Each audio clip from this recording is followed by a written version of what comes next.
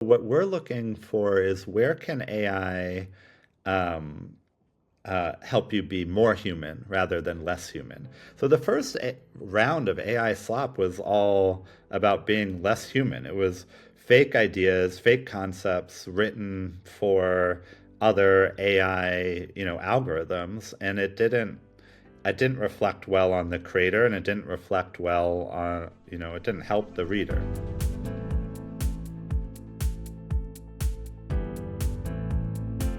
Hello, and welcome to the Media Copilot. It's a podcast that explores how AI is changing media, journalism, and content creation. I'm Pete Pachal, longtime tech journalist and founder of the Media Copilot, and I'm excited to bring you fascinating conversations with fellow journalists, media executives, and the people building how the business of news will work in the future. This week, I'm thrilled to talk to Tony Stubblebine, CEO of Medium. Tony took the helm of Medium in 2022. And since then, he's been guiding the platform through a pivotal transition, moving away from a publication model and refocusing instead on independent writers with the goal of creating a healthy, sustainable space for them and online publishing in general.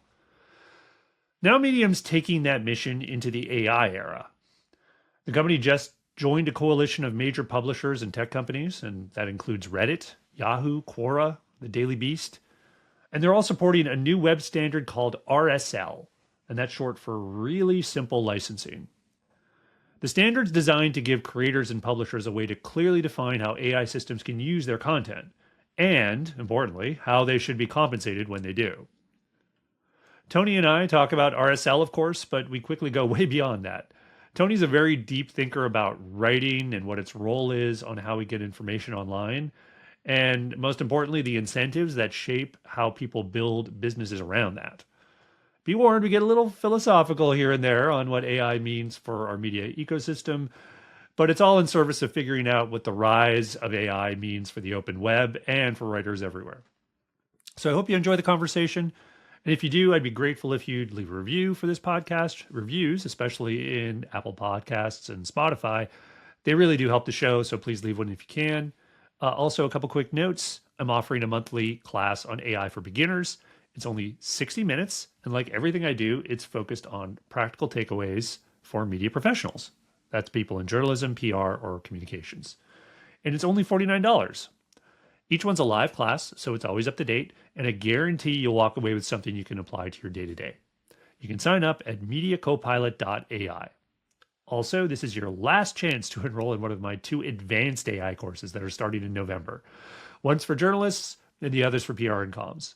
These are loaded with lessons on things like deep research, how to automate workflows, and even building your own agent. You can sign up for those at, where else? mediacopilot.ai. Alrighty, now it is time for my conversation with Tony Stubblebine, CEO of Medium. Tony, welcome to the Media Copilot. Okay, Pete. Yeah, thanks for having me. Oh, I'm thrilled you're here. We need rescue. We need someone who's in the thick of all this AI business, particularly how it's intersecting with big platforms and in particular creator-driven platforms like your own. I know you've already recently talked about RSL and all of that. I want to get into all of that. But right now I want to just sort of zero in on Medium itself a bit, because obviously it's gone through a bit of an evolution over the years. It had publications for a while, and it's always kind of seems to have evolved to memberships.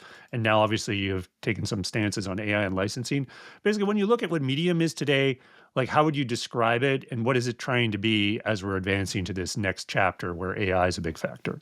Yeah, Medium is a writing platform for everyone. And I think that kind of got lost in a certain era of the internet where we all got obsessed with influencers and content creators and kind of quitting your day job to be an independent media creator. But what got me excited about the internet was the idea I could hear from anyone, and especially if that anyone happened to be an expert in some big or tiny topic that I was caring about. And so Medium, in the many iterations of Medium, it went through a period where we did have a lot of professional media people on Medium, sort of like yourself.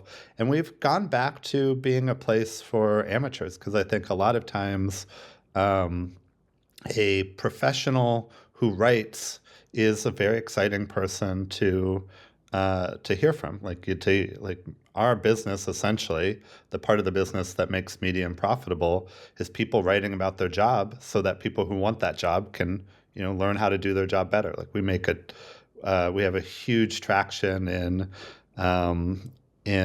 I think what we're going to talk about right now actually is like a lot of people are coming to Medium to learn how to use AI to do their job better. And that'd be an example of professional development, which is like a kind of a core pillar inside the Medium community. I'm curious, do you guys use the term UGC anymore at all? Is that kind of like how you describe it? Because that sounds like, Totally. I use it because I grew up in that era. Like I was working for a book publisher in 2003 when we realized everything we were writing about was a year too late and had already been covered by some UGC blogger on the internet. And those bloggers were getting into the crevices that we would never bother to write a book for. I think that term is so technical and so boring, but I haven't found a better one. I might test one on you if you want. If you want, I think of it actually, honestly, as like if you're the fourth estate, Medium represents the third estate, right? Like typically, religion and politics and government, they're the powers, and the media holds, press holds them to account, right? And the third estate was the commoners, and they never had a voice. And this is what the internet changed, was the idea that all of us could have a voice. And that, it turns out, sometimes that means you're hearing from the same person you would hear from at your local bar. But a lot of times it means you're hearing from some expert that just otherwise was unfindable before. And so we try to like kind of narrow in on that as the place that, where we're the most, we do the most good and we're the most helpful. so to someone in the industry, maybe looking on the sort of broad categories here, I might put Medium kind of at least in the same near or add in the same bucket as like Reddit, where Mm. they're both kind of like UGC platforms that um have like I almost you could almost say Medium's like the cleaned up version of Reddit that's a Long little form more Reddit, much sure. much easier to navigate. But Reddit is an interesting story, obviously, in the AI era, in that it's somehow became, well, newly valuable for its corpus of all this human generated content, that the AI platforms became valuable, and they've leveraged that, I think, probably into more effectively than a lot of people. Um, do you sort of see a similar path with Medium, and is that sort of led you to maybe some of the things that you've been doing lately, in particular RSL, or is it sort of a different thought process there? What is the well, first of all, basically, I'm saying, how do you see yourself vis-a-vis that platform specifically, and also how is that sort of affected your strategy with regard to AI mediation? Yeah. Um, we're going to talk about the RSL standard. I love it. Like you led with media needs saving, and we're going to talk about an internet standard, like famously popular and viral way to grab eyeballs and attention. Yeah, The I guess maybe we should the talk kind of about the RSL standard too, and like what the hell that is, because I think it's sort of. But well, we could talk about the problem. yeah, let's talk about the Essentially, problem.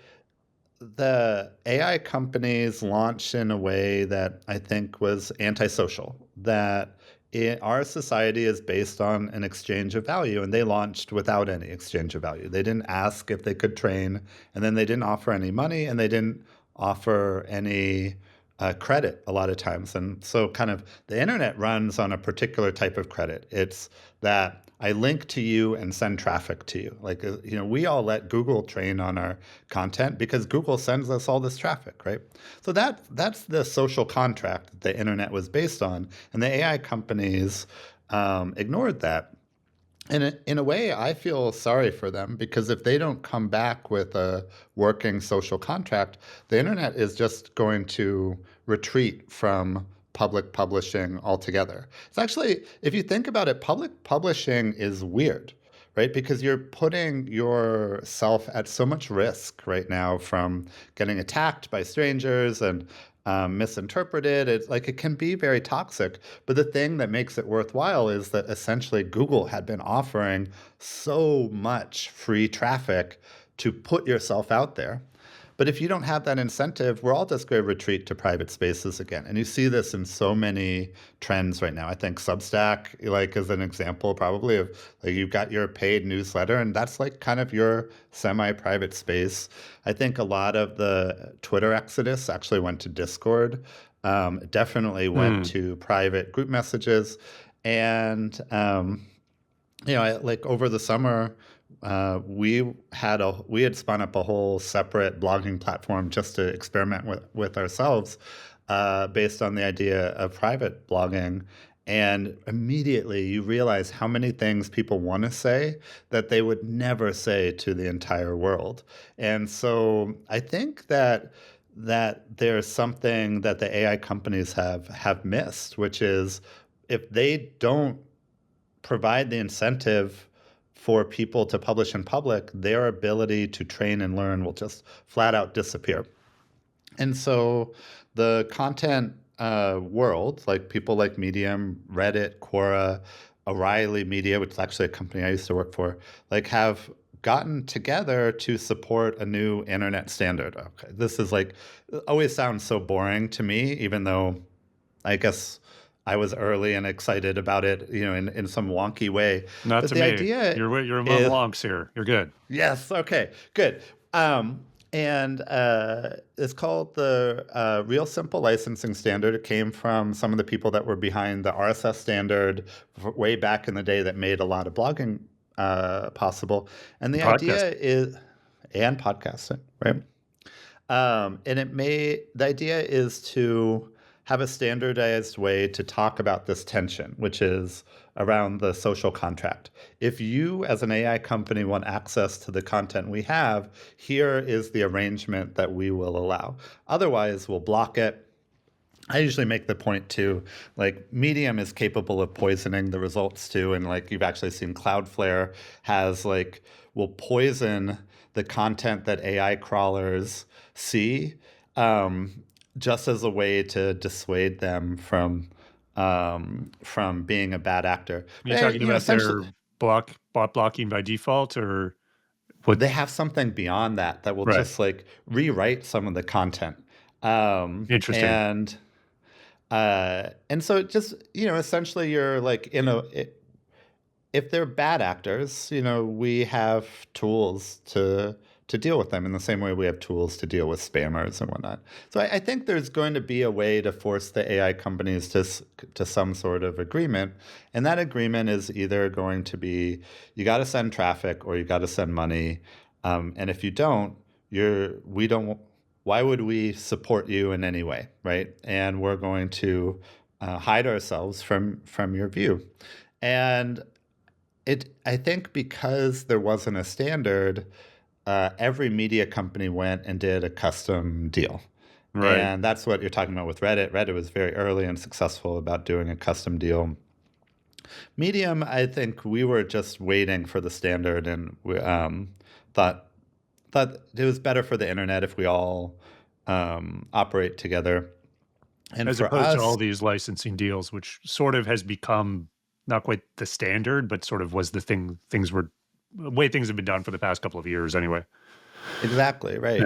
Yeah. And one of the problems is that if you do ad hoc deals, you don't have the negotiating leverage. This is actually, I think, what you mentioned about Cloudflare and their blocking service is the smart thing about that service is they realized that in order to start the negotiation, you had to be able to threaten to turn off access to almost all content, right?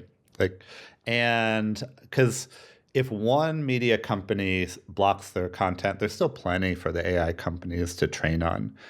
So you needed leverage first, and it just it doesn't make sense to me to have vendor lock-in. Like I don't want to negotiate. I don't want to have to be a customer of one company in particular in order to negotiate with all AI companies everywhere. So I really appreciate what Cloudflare did. We're very, very happy customers of Cloudflare, but this is the thing that just deserves an internet standard rather than um, uh, Yeah. to be offered by one. So if I'm either like a Medium writer, basically one of your users, like how does this manifest to me? Is it just a setting that I go in, or I mean, what is sort of the mechanism here, and then sort of can get into what I can expect next. Our intention is to start the negotiations and then pass all of the money back directly to the authors. I think we're the only social media platform that thinks that way, that we're just negotiating as a service. But the Right. thing is that the first step of the negotiation is to threaten to take all the content away. And so we've been more aggressive about blocking, and and I think starting those negotiations. But there's nothing really for the writers to do until AI companies start standardizing on what they're going to pay. And I would say I'm 90% certain within the next year there'll be some AI payments flowing through Medium to the writers on Medium. And so, how does this sort of fit into what I guess you might call sort of the payments ecosystem for AI? Which is to say, like, there's startups like Tollbit who are doing sort of these monetized endpoints. Maybe this is more for people on the open web as opposed to people on Medium. Um, but there's people who do essentially pay per crawl or pay per inference, and you mentioned we've been talking about Cloudflare, who's doing it at like the CDN level, and like we're already throwing like all these acronyms around and these different things. To be honest with you, like I'm in this and I can't keep it straight. Like, what if I were a little guy who has very little resource, whether I'm on Medium or not, to even think about this? Like, I just want to turn something on and get paid whatever the fair rate is, like Yeah, you're scraped at some rate, which we can talk about the actual rates at some point and who's actually making money, if anybody, on this. But before that, let's just start with like, where does this fit in, sure. and are these all these systems compatible, or will something win out? I think there's going to be two eras. This is how I would answer you here. You're talking about wanting kind of the standardized era where everything is simple. There is like a known rate for what people get paid. We're not in that era. We're in what I would call the get your popcorn era, because it's a bunch of big companies fighting, and and something is going to come out of that, right? So like there is no standard rate. There is no standard. Like what we have right now is the first part of the fight where we have a standard way to say no. And once we have a standard way to say no, we can open the conversation about here's how we're going to say yes. And so, like this get your popcorn era includes lawsuits. It includes poisoned AI. Like, Yeah, do, the do you poison AI like do is you know why? interesting. I haven't explored Right? that much. Yeah. The M dash is popular in AI generated writing in a large part because the M dash is very popular on Medium. And Hmm. like we were one of the big Interesting. training sets. And so it was the first time we realized we're big enough to change the output of an LLM. Um, Let me just and so double like, click yeah, on that good. really quickly. Just a quick question. So, given that, and assuming you're correct, to my knowledge, Medium has not entered into litigation on any of these LLMs. Is that correct? So, why not? Given that the everything you've just been saying about compensation and what that should, how that should just broadly be handled. I you're going into essentially the explanation I give people at work whenever we're talking about legalities, right? Essentially, anytime you're in a legal situation, you also have other levers. One is social and one is power.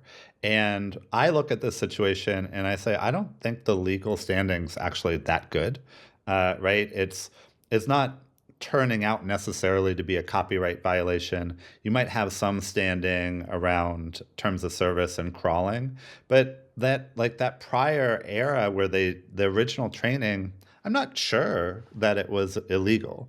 And that's a long battle for us. And also, importantly, where's our standing to, because we don't own the copyright for anything on Medium, right? All of our Right. users own that Right. copyright.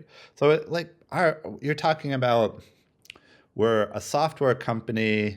Do we get in the business of facilitating like lawsuits for our customers? It's just like it's very far away from what our actual Right. business is. It's an important What distinction. I get it. Right. Yeah. But what we do have is power and influence. And so that's what we try to wield. And the power is, essentially, what do we block? What do we display? And the influence is, how can we help stand up internet standards? Because I think the small AI companies will ignore the standards, but the big ones will find a way, will find that they really have to participate. Cool. Let's talk a little bit about standards and I guess, well, just sort of keeping with like what has to happen. Like, so you mentioned sort of in about a year, you would expect something to coalesce either around a standard or,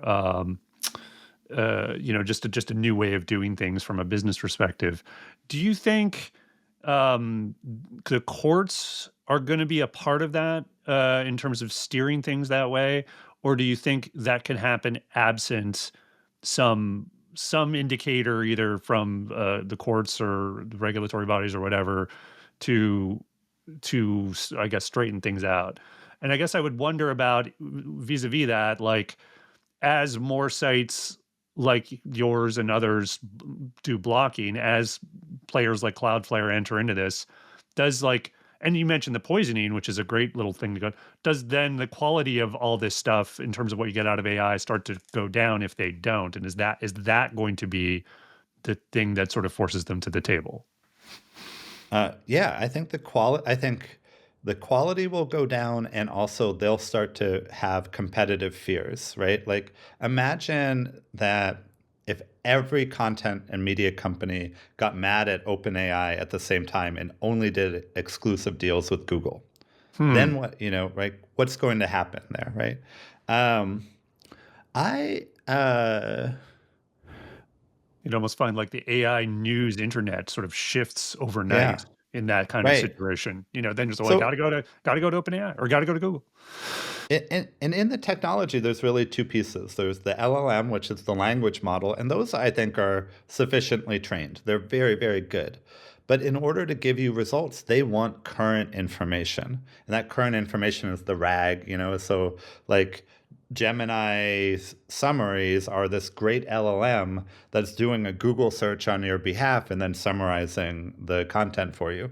So if the RAG part goes away, that's essentially what we're talking about, then those AI search results, those AI tools are going to be much, much less effective.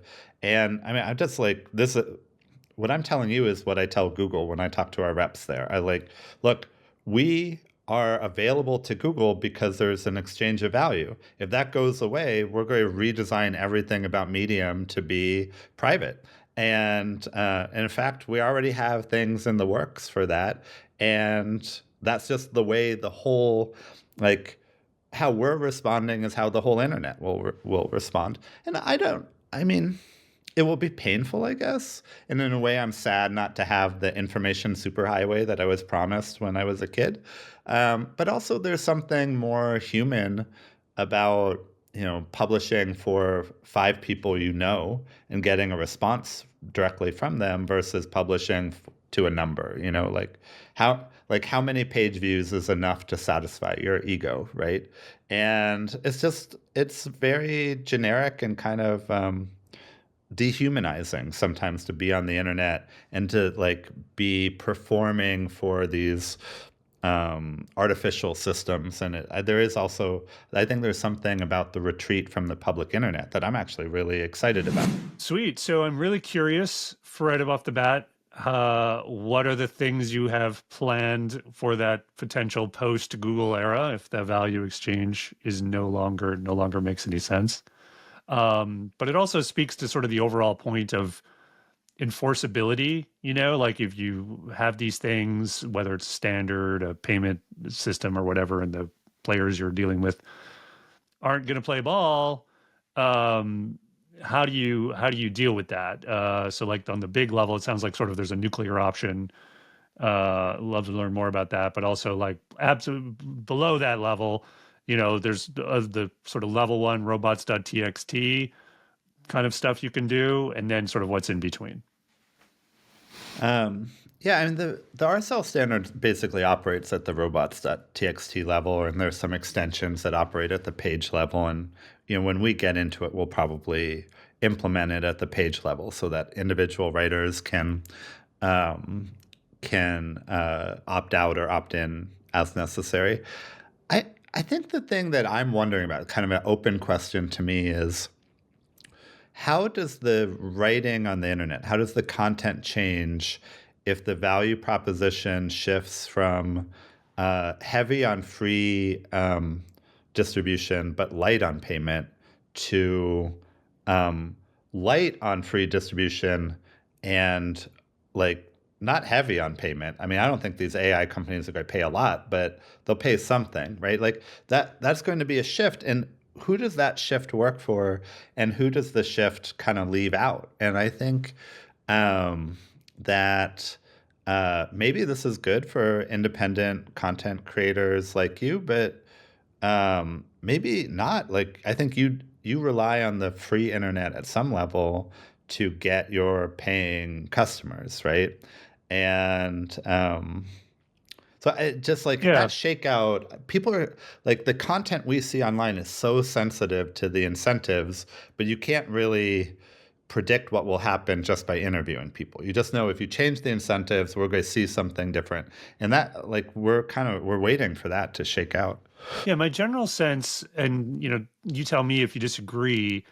I haven't seen a study on this, but my general sense is that like paywalls are going up more, and that's like a continuing trend. It's not like AI is the entire source of this, but I do feel like as a default defensive move, it's your one go-to option. Whether or not that actually blocks the bots or not, you at least are getting something because, to your point, the value exchange isn't there. So why not? I got to sort of make your money elsewhere. Yeah. Um, That's the yeah. professional side. I'm interested in the amateur side, and I had this conversation on Monday that kind of blew my mind. And I think it's not surprising, like given the person. He was like, this person was like employee number one at Napster, has been in tech for a long time, is an engineer originally turned CEO. So like I'm not surprised he has like kind of like weird to me forward looking views. But he was saying that AI has for him kicked off a writing renaissance.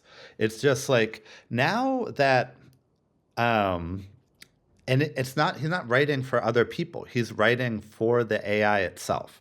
And Interesting. essentially, he realized that he has so many AI tools that need really thorough and deep prompting.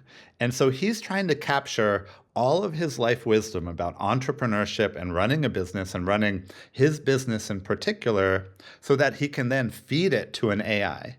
And I thought that was really interesting. And then I'd been talking to another co-founder of another startup who was starting to put AI bots into roles around the company. So he wasn't replacing people's jobs. He was just creating new AI specific jobs that you'd like, you might talk to Steve in accounting, but you also might talk to the head of product bot that had like all of their kind of it represented some knowledge inside of the company. And so when I was talking to my friend about what the CEO, he was saying it's not just that he's writing for the AI. What he wants to publish to the humans is no longer writing; it's a chatbot. And so, Yeah. but You're actually touching on something that I'm thinking about right now with yeah, vis-a-vis journalism. So like the sort of broader concept of like collaboration with AI and that conversation being content, or at least using leveraged content, I think is very interesting. I think vis-a-vis sort of the journalistic stuff that I gravitate towards, there's I think a desire now, or maybe not necessarily a desire, but a trend toward more transparency overall. And this speaks to sort of the trust issue in news media today, in that if you think about it, you as a person, as a reporter or a writer, are sort of taking a corpus of information and putting it through your lens.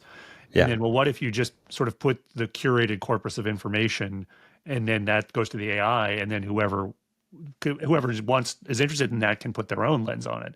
Is that what journalism is going to become? Is that what writing is going to become on some level? I know we're getting kind of like high-minded philosophical here, but this stuff does.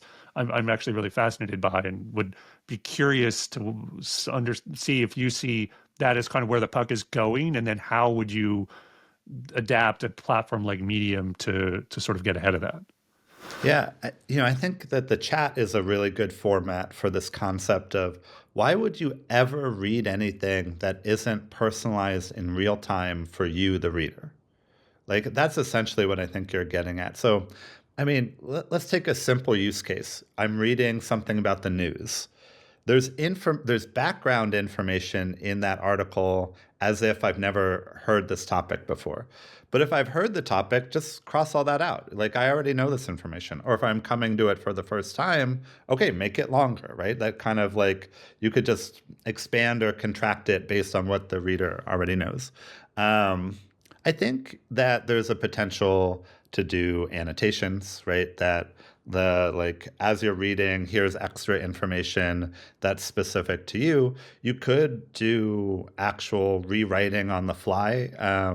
All of these things end up being kind of contextually um, like okay sometimes and kind of awful in others because a lot of times what you're really looking for is not the facts but the human content, right? Like tell me a story about a person, and if you start morphing that too much, then you lose the humanity of it. And like, I hate to break it to all the technologists out there, like, we're not robots. Like, there's a reason that we communicate through story. It's because that's how our brain works. We need that human context. We need the emotion in order to make sense of whatever facts happen to be hiding in the story. So Yeah, we don't there's a all want a Bloomberg terminal as that our version of news. right. And this is good sort of spot to sort of ask you a little more directly about AI generated content itself and its role today and what Medium's stance is on that. There's obviously there's on the low end the AI slop, but then there's other ways that various companies and as individuals are leveraging it, using AI in their writing process, but with as sort of a co-pilot or in a human assistant way. What is your thoughts on that? What's Medium's stance like? Was in terms of AI and in AI content generation? Yeah, I'm curious too how you're using it in your own because it's like it's such a tension for what we had kind of perceived as the virtue of writing, right? Or the virtues of journalism, right? Like there's like these opportunities to do things that would like maybe make your journalism professor like blow their, like blow up at you, right? And so what we're looking for is where can AI um, help you be more human rather than less human. So the first round of AI slop was all about being less human. It was fake ideas, fake concepts written for other AI, algorithms, and it didn't reflect well on the creator, and it didn't reflect well on, it didn't help the reader.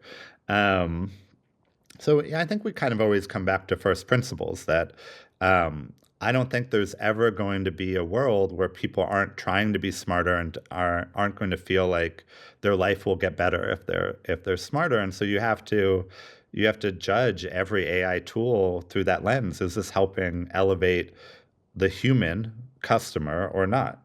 And so the first wave, like no one was a bigger AI hater than me. Like I was early at calling bullshit on all of this stuff. And it was not that AI could not be good. It's just what we were seeing was really, really kind of upsetting in terms of unfairness, in terms of like, it's not just that the AI companies stole the content, it's that then they sent a wave of spammers back at us, right? So it was like less than zero value. the current era, like Medium, at our Medium Day event a couple weeks ago, announced that we'd broken ground on a new writing app. And this app very much has AI in the middle of it. And it's because we're seeing, I guess I would say, like, I'm mostly focused on the flow, like the cognitive flow state of writing. And if Mm, you have like any propensity to ADD or procrastination, you realize anytime you leave your editor is a chance for you to lose an hour to like complete nonsense, right? And so these AI tools, the way we've been building it is with the idea that like help a writer stay in their train of thought, and when they get stuck, there's like kind of an assistant to bounce off of. So the AI is not replacing the writer, but it's there to be an agent to do your bidding. And so kind of yeah, my that's default, smart. my the the first like good use case that blew my mind, because I knew that like I would have wasted an hour doing this trivial task just because I would have procrastinated. I was writing a blog post for the Medium blog, and I needed to reference something from my predecessor. His name is Eb, the founder of Medium, Ed Williams. And so I highlighted a paragraph that I'd written, and I said to the AI, Ev wrote about this topic. I didn't even like say exactly what the concept was on the Medium blog in 2017. Find the link and add it. And it just did that so seamlessly, right? Nice. So I don't feel like my humanity has been reduced because an AI robot went and looked up a link for me, right? Like I really appreciated that. I also know that you would have seen the worst of me if I had to go Google that link myself, because I would have created another tab and I was like, well, am I ready to go to Google, or should I check like Hacker News, or should I check Medium, or like should I like go like I would just get distracted on my way to do this very simple task, which is look up a link. And um, that kind of help, like really kind of amazingly smart help built directly into the editor. What we found, we're in friends and family kind of beta right now. Like, let's say there's like 20 people using what we've written so far, what we've built so far. But what we're finding is it just like we love writing. And if you make it easier, if you lower the bar, if you get rid of the hurdles, we write a lot more. And some of what we write is meant to be published to the entire internet. Some of it is just for our own notes. And a lot of it is kind of in this in between, this sort of like private internet. And there's a phrase I was just like talking to someone about this morning, a sort of like performative note taking. And the person, Scott, the person I was talking to, he lives in New York City with me, and I think of him as the ultimate New Yorker. And so I was asking about his notes about what to do in New York. Like, does he have good notes? And he does. He has amazing notes. And I just like, I want to be your audience for that, right? Like, I want to be able to talk to Scott's New York City chatbot and say, hey, my parents are coming into town. These are the things they like. What recommendations do you have? And I think like that's the maybe a concrete version of this middle ground of like publishing, retreating from fully public back into something more private, but also maybe Right. something more AI native, right? Yeah, I love a lot of what you've described, particularly the editor. Like, I think you'd see a lot of demand for something that is a keep you focused style editor and has features all around. There's obviously a very fine line between, clippy style interruptions, which I think are very unpopular, but seamless things to sort of just keep you on track. I think that's going to resonate a lot. Certainly resonates with me. If you need user 21 on your alpha, I'm here for you. As AI's role in the writing process continues, do you think you'll ever um, add something like an AI assisted badge or something, or that writers can do? Because a Yeah. lot of other platforms, like, just to name one, YouTube, and there's different pressures there 100% with like deepfakes and stuff. But, some platforms are basically letting folks put the label on, but also forcing them to sort of say yes or no on whether there is AI Yeah. content. Do you think that's a thing for a writing platform at some point? I mean, yes, but we just flipped it. It's like, Hmm. what is our confidence in the human provenance of something? So we don't always know if it was AI generated, and we don't trust people to label it correctly. But we do often know if it was definitely human created, right? Like we know, was it typed out? Was it edited, right? And so this writing tool will have the full history of the creation, and that's a signal that we can put into our recommendation algorithms, and we absolutely are already doing that. Nice. So I wanted to just dive a little into the weeds a bit, maybe. Maybe it's not the weeds, I don't know. But basically, I was really interested in a stat that you gave out because it's really hard to pin down certain numbers on a lot of this stuff. So you had mentioned, I know in the post you wrote about RSL, that ChatGPT's referrals were really minuscule compared to Google. It was something like Yeah. 1.3%. I'm 1%. not, Yeah. yeah, right around that neighborhood. But the conversions of that traffic were 4x better. Now, do the math; you're still not making up for whatever traffic you were getting.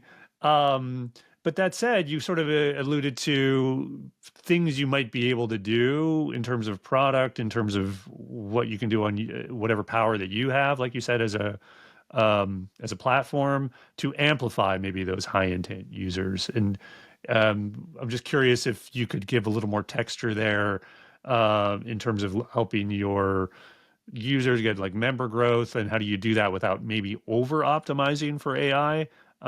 Is there a danger of that even? I don't know. Yeah, I think we tend to like content that does well in search anyways. I think there's a lot of overlap between Google search success and Medium success, because it's a person who knows what they're talking about, kind of dumping their knowledge out for the internet. And that's like always been rewarded by Google, and I think will like often ends up being really valuable to the Medium community. So, can we people help incentivize people to write that way? Absolutely. Medium's content is maybe 80% free, and 20% is this paid partner program, which is a subscription bundle, an open subscription bundle that any writer can write for and participate in the earnings for. And so, um, I think November, like we've been making tiny changes to it recently to make the incentives for external traffic a bit sharper. And we're going to do a change November 1st for to pay more for stuff that does well in Google search. And directionally, we're really more intending for Gemini, success in Gemini than success across all of Google. So that's Interesting. a way that we can help kind of make the incentives work. Um, yeah. Okay, cool.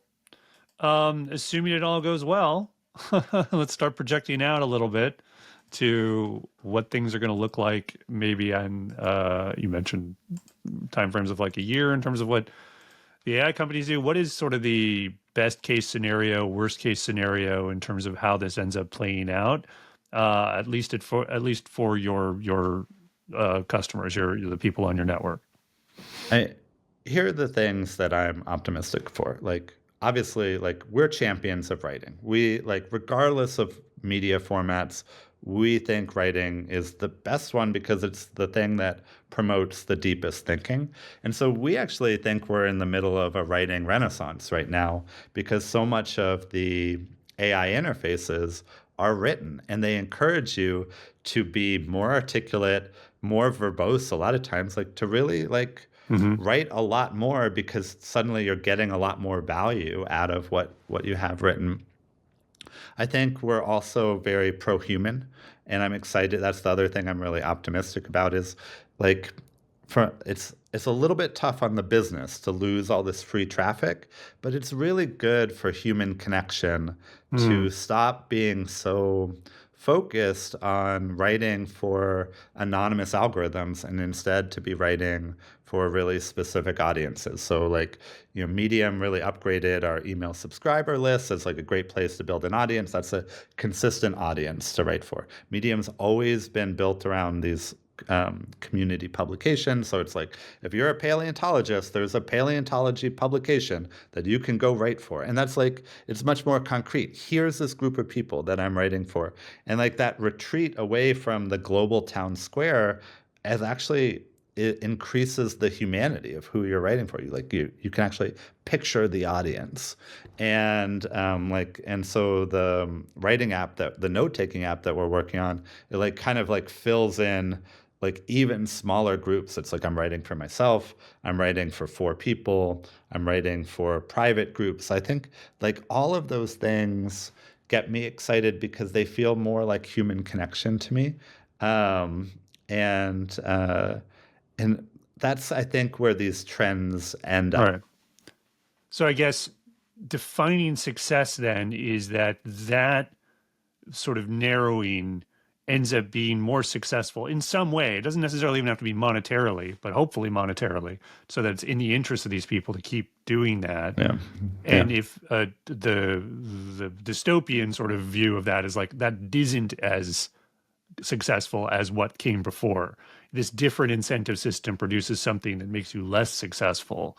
And that's, I think, maybe the core tension of why, everyone is sort of like, great, we're all going to get smaller. We want to go smaller. We love the human connection.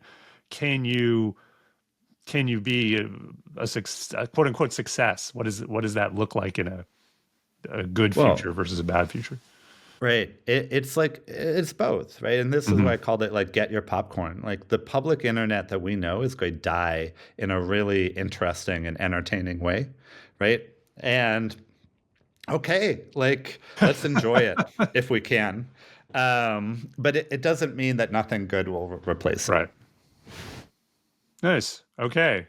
We'll leave it there without necessarily getting too specific on what it replaces it. But I think we've given a pretty good sort Medium. of a lot of tinker toys that people can put together here to figure that out.